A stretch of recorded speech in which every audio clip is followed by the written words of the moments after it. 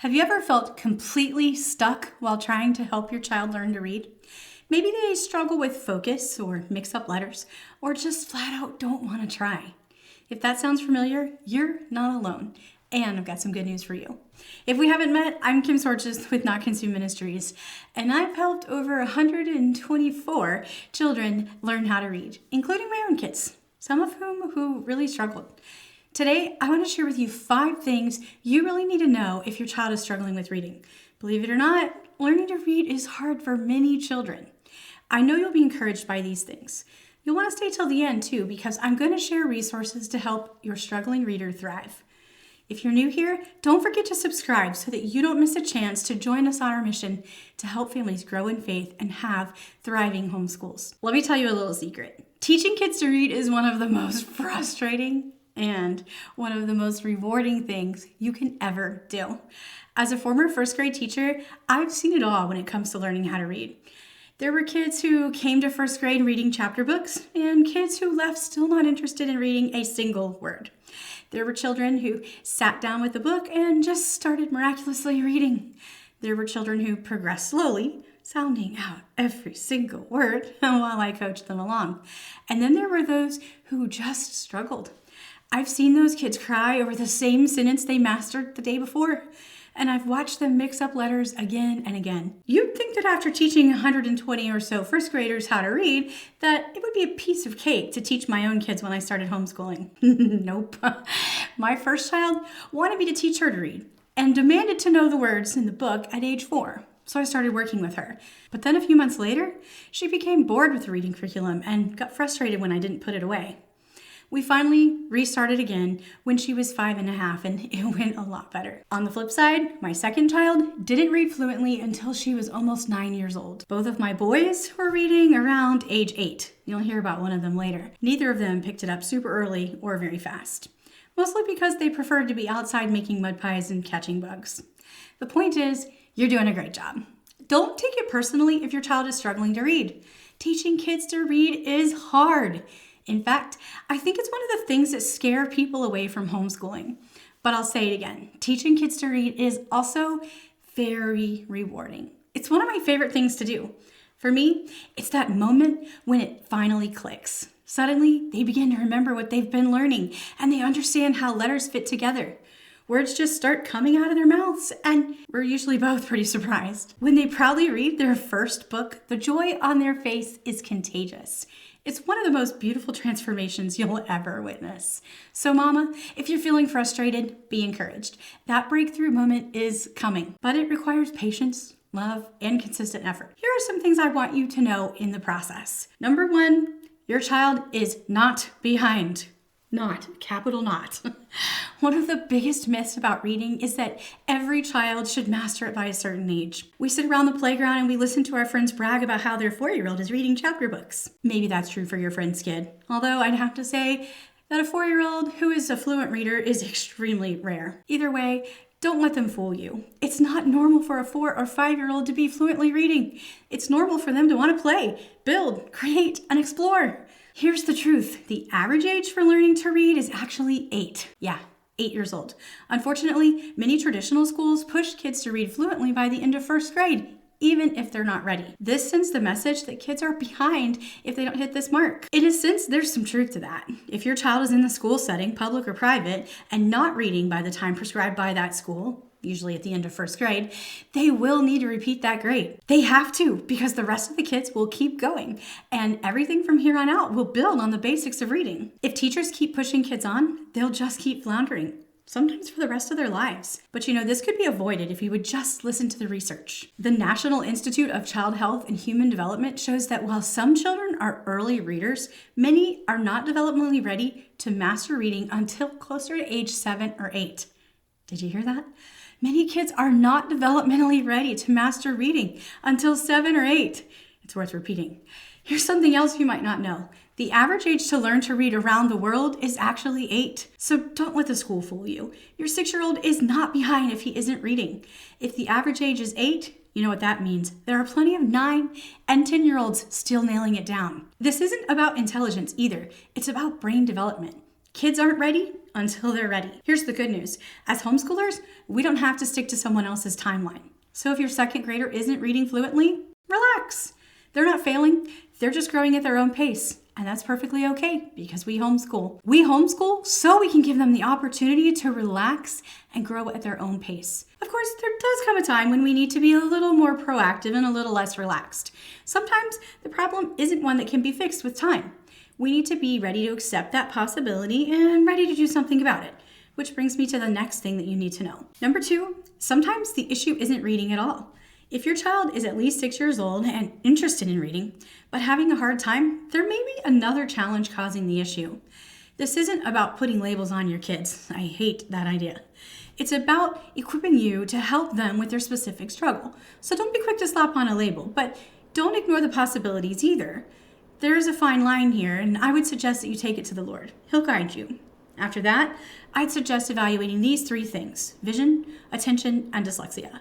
First, vision. If you or your spouse wears glasses, it's possible your child might need them too. It's also possible that your child needs glasses even if there's no family history. When my daughter was struggling to read, we had her vision checked naturally. I wear glasses. But the docs kept saying she was fine. A few months later, I began to notice that she would mix up all kinds of letters randomly. She wasn't just confusing the typical B and the D. She was randomly missing letters that she always seemed to know before. So I started testing her with a bit of seeing other things, like something from an illustration of a book. I saw her squinting to try and focus on the item, and I asked about it and knew I was onto something. So I skipped the pediatrician and took her to the eye doctor. He discovered that she was nearsighted in one eye and farsighted in the other. This was causing all kinds of issues with her eyes, but none of them were noticeable enough to pick up on a larger scale vision test from across the room. I learned my lesson. Just be sure to schedule an appointment with an optometrist, not a pediatrician. Even a small vision issue like trouble focusing on close objects can make a big difference in reading fluency. Now, the second thing to evaluate is focus. Young kids, especially boys, aren't designed to sit still for long. Research from the American Academy of Pediatrics suggests that kids need regular movement breaks to optimize their learning. It's shocking that they say this, and yet the average first grader gets 10 to 15 minutes of recess with no other breaks outside of lunch. This is not healthy for kids. They need lots of movement and more hours of play than anything else. Don't buy the lie that you're not doing the right thing when you let your kids do this. Sitting at the table and doing school can wait. The skills your kids learn from movement, dramatic play, and building exercises far outweigh anything they get in the book. One of the most heartbreaking parts of teaching first grade in the public school for me was watching dozens of kids get diagnosed with attention issues every single year. So many of those kids just needed to be outside more and have more hands-on activities in their learning. But the system just isn't made for that. Just another reason why I love homeschooling. So if your child can focus on a lesson for 15 to 20 minutes, they're totally normal, maybe even above average. If they can't make it quite that long, that's okay too. Just adjust what you're doing to fit what your kids need. When you sit down at the table with them, make sure to keep things shorter. Cut your lessons to 10 or 15 minutes and take lots of breaks. As your kids get older, try things like standing desks or even bouncing on an exercise ball. From about 3rd grade to 6th grade, one of my boys did hours of school a day on one of those. It worked really well for him. Another thing you can do is evaluate the diet. Studies show that reducing sugar, artificial dyes, and even gluten can have a profound impact on attention. I know, it's not always fun to make those adjustments, but it's better than the negative side effects of the medication. Now, the last possible challenge is dyslexia. If your child is over the age of 8 and still reversing letters, this could be an indication of dyslexia. Note that until about the age of 8, I really wouldn't worry about letter reversals. They don't worry about it in the school system either. Dyslexia is not a reflection of intelligence either. It's just simply a difference in how your brain processes language. If you suspect that your child might be struggling with this, don't hesitate to seek professional advice. I have a homeschool mama friend who is an expert in dyslexia, having homeschooled multiple children with these kinds of reading struggles. She has a website full of amazing information to help you.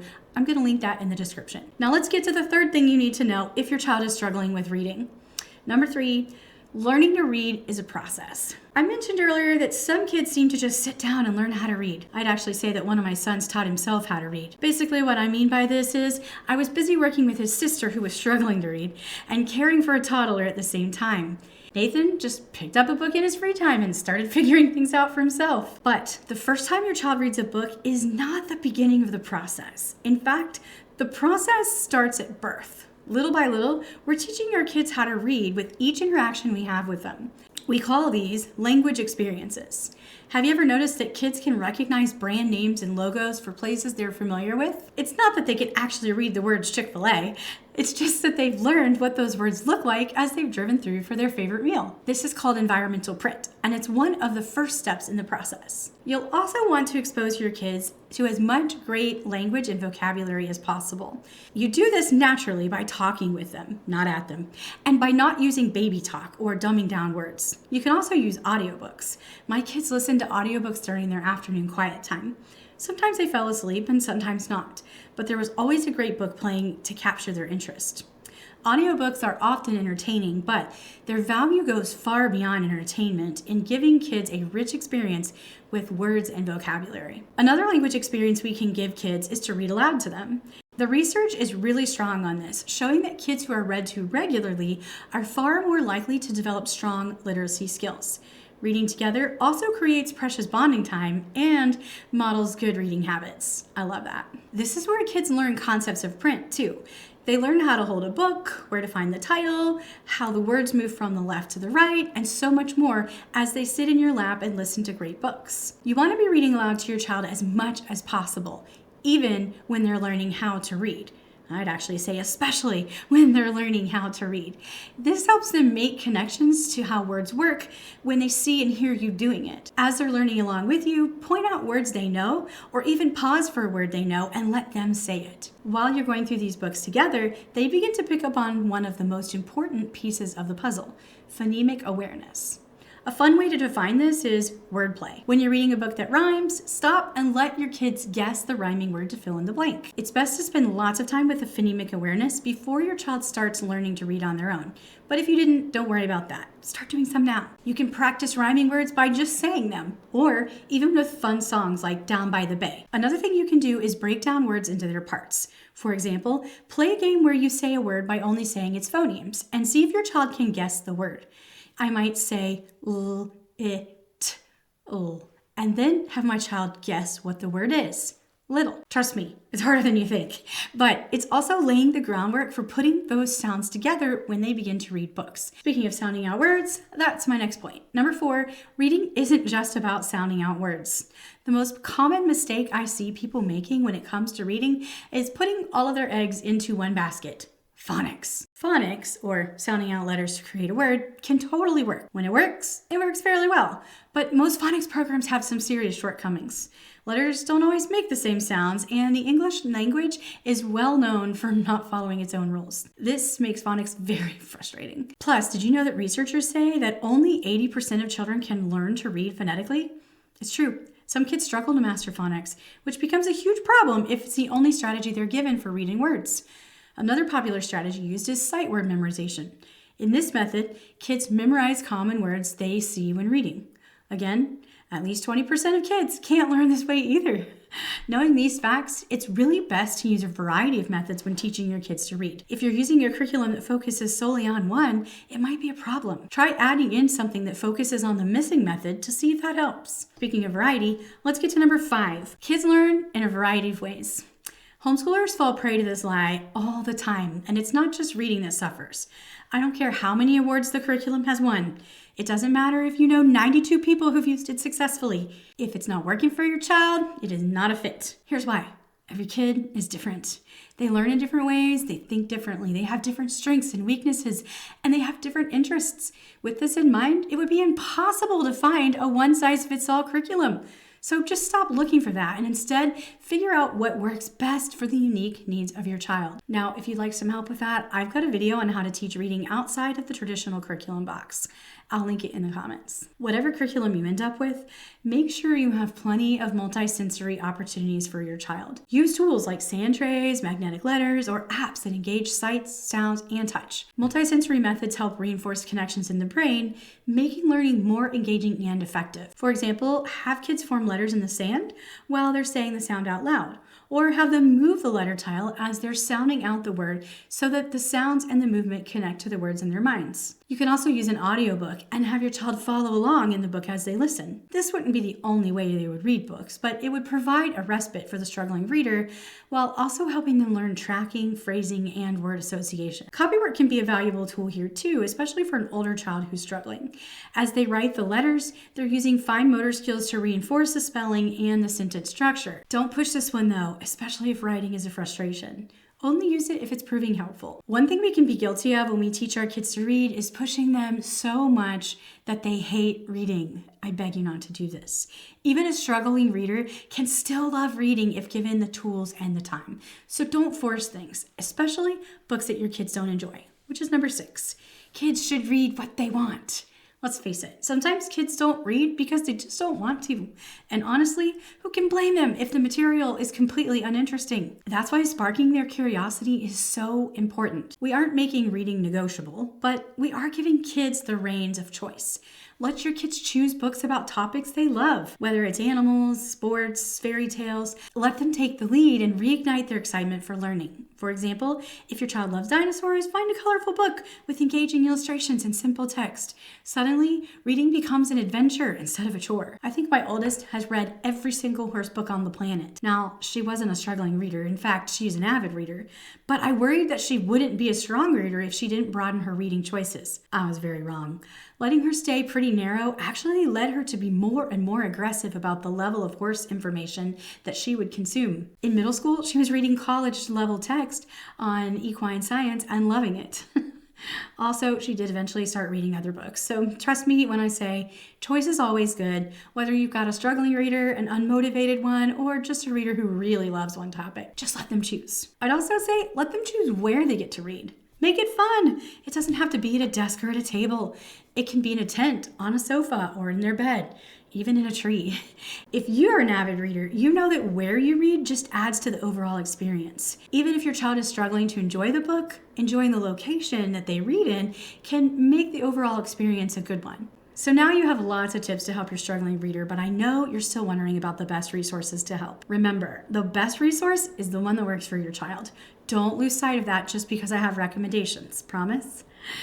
I've used many things over the years, but there's 2 that I keep coming back to. First, I teach my kids to read using All About Spelling, not the reading part. All About Spelling offers a tactile, hands-on approach that's perfect for kids, especially those who need a little extra help. It breaks reading into manageable steps and includes multisensory activities to reinforce learning. We work on the phonics side of things with All About Spelling, and I add in my own sight words. Then we read lots of books on their level. I get most of them at the library, but I've also got a pretty good collection of my own. I'll link a beginning reader list in the description to get you started. Once my children are past the beginning reader, book stage, we use the Not Consume Reading Journal. The reading journal is especially great for struggling readers because it allows them to choose the books they enjoy while still building the foundational skills like comprehension, vocabulary, and critical thinking, all from a biblical worldview. One mom told me it completely transformed her child's attitude towards reading, and I've seen that happen over and over again. Because each day is short, under 10 minutes, kids don't feel the overwhelm they do with lengthy worksheets or assignments.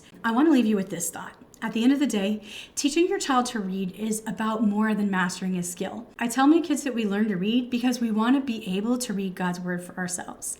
That's an incredible motivator. Reading isn't about checking off the box. It's about equipping kids to engage with God's word and develop a lifelong love of learning. Remember, God has given you the wisdom and tools to guide your child. You are the perfect teacher for your child because you care more about their struggles than anyone else ever will. Pray for his guidance, trust his timing, and celebrate every small victory along the way. If this video helped, give it a thumbs up and share it with a friend. I'd love for you to subscribe and join our community too. You won't want to miss our next video where we'll talk about creative ways to get more reading into your homeschool day. Thanks for watching, and I'll see you there.